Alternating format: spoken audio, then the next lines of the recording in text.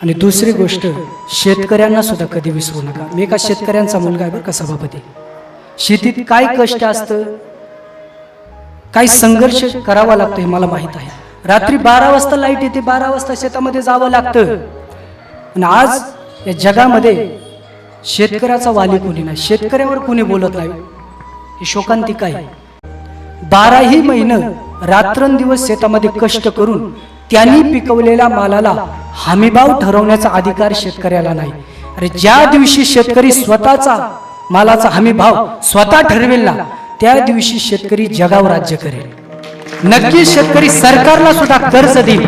खरंच छत्रपती शिवाजी महाराजांचं शासन होतं, ना कायदा होता ना कानून होता, तरी सुखी होता माझा शेतकरी राजा. कारण सिंहासनावर माझा छत्रपती शिवाजी राजा होता, माझा छत्रपती शिवाजी राजा होता. म्हणून शेतकऱ्यांना आयुष्यात कधी विसरू नका.